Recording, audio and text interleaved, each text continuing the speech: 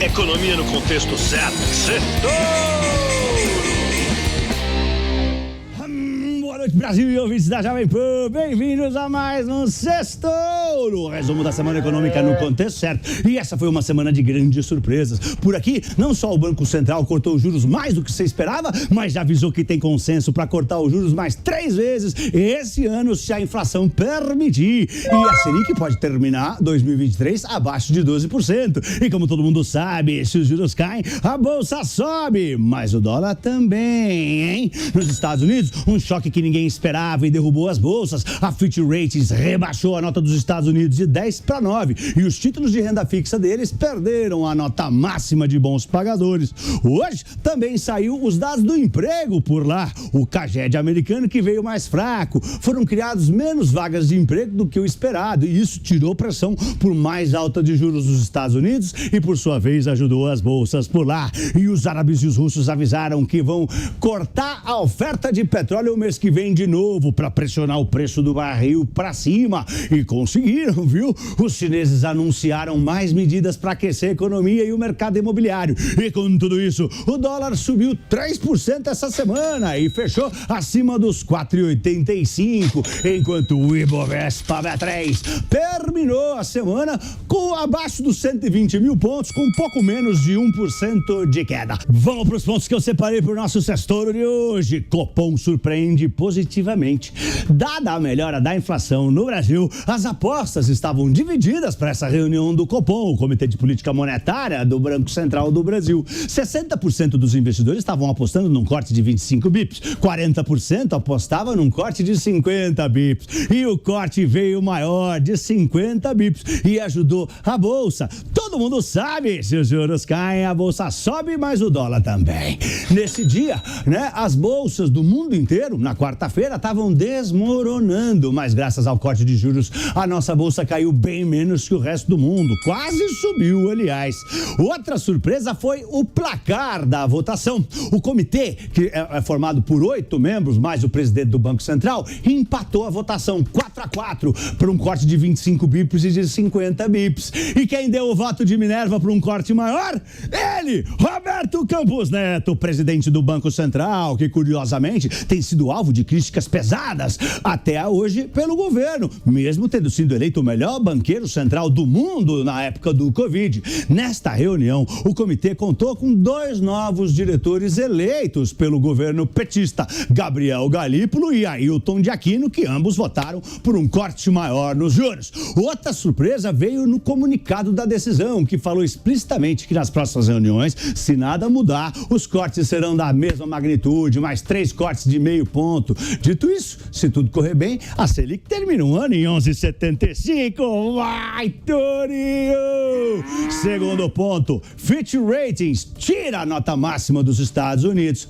Depois de levar a nota do Brasil semana passada, a Fitch Ratings rebaixou a nota dos Estados Unidos de 10 para 9 essa semana. Em termos econômicos, cortou a nota de AAA para AA+, citando preocupações sobre as perspectivas fiscais nos próximos 3 anos na América e repetidas negociações de última hora sobre o teto da dívida americana. Lembra que os políticos americanos deixaram para o último dia a solução do que poderia ser o maior calote da história?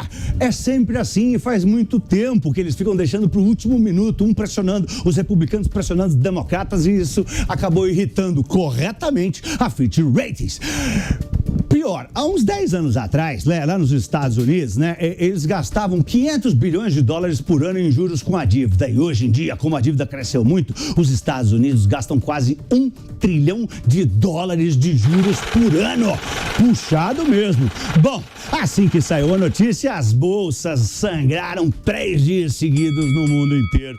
Ainda é cedo para saber o impacto dessa redução da nota dos Estados Unidos. Será que vai ser parecido ao de 2021, quando a agência S&P cortou a nota deles quando eles cortaram de 10 para 9 há 10 anos atrás. Nos 2 meses seguintes ao rebaixamento, as bolsas americanas afundaram quase 20%.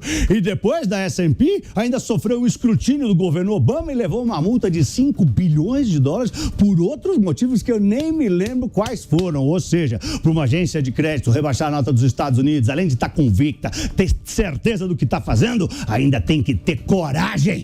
Terceiro ponto, árabes e russos cortam oferta de petróleo. Ontem de manhã, a Arábia Saudita informou que vai estender até o mês que vem, né, até setembro, o corte na produção diária de petróleo. Aqueles 1 milhão de barris que eles estão produzindo a menos por dia para puxar a cotação do barril para cima. A decisão foi tomada de maneira unilateral pelo país, né? Não foi uma votação da OPEP. A Arábia Saudita, né, que é o principal líder da organização, né, da OPEP+, decidiu e vai estender o corte na produção. Logo em seguida, a Rússia informou que vai reduzir a exportação de petróleo em 300 mil barris por dia também em setembro. O anúncio surtiu o efeito desejado e o preço do petróleo subiu 3% ontem e hoje. Quarto ponto, a China fala em mais estímulos à economia. Saíram mais informações de que a China está tentando aumentar o consumo para estimular, o consumo interno para estimular a recuperação econômica por lá. Mas ainda nada oficial foi feito de fato. A principal agência de planejamento econômico deles divulgou um documento amplo, abrangente, com foco na remoção de restrições governamentais ao consumo, né, como limite de compra de carro, além de informar sobre melhorias de infraestrutura, realização de eventos promocionais, festival gastronômico. Só que essas medidas são pequenas e isso tem feito os investidores ficarem hesitantes, duvidarem um pouco da real intenção, da real vontade da China em estimular o crescimento, e isso impactou negativamente o preço do minério de ferro, que caiu bastante essa semana. E para a semana que vem a gente vai ter dados de inflação nos Estados Unidos, a ata do Copom aqui no Brasil, fala de um monte de diretor do Banco Central americano, e as pautas econômicas do Brasil que estão travadas no Congresso podem voltar a ser apreciadas e votadas nos próximos dias. Eu sou Pablo, tenha um lindo fim de semana em família. Vai, Torinho! Vai, Torinho! Valeu!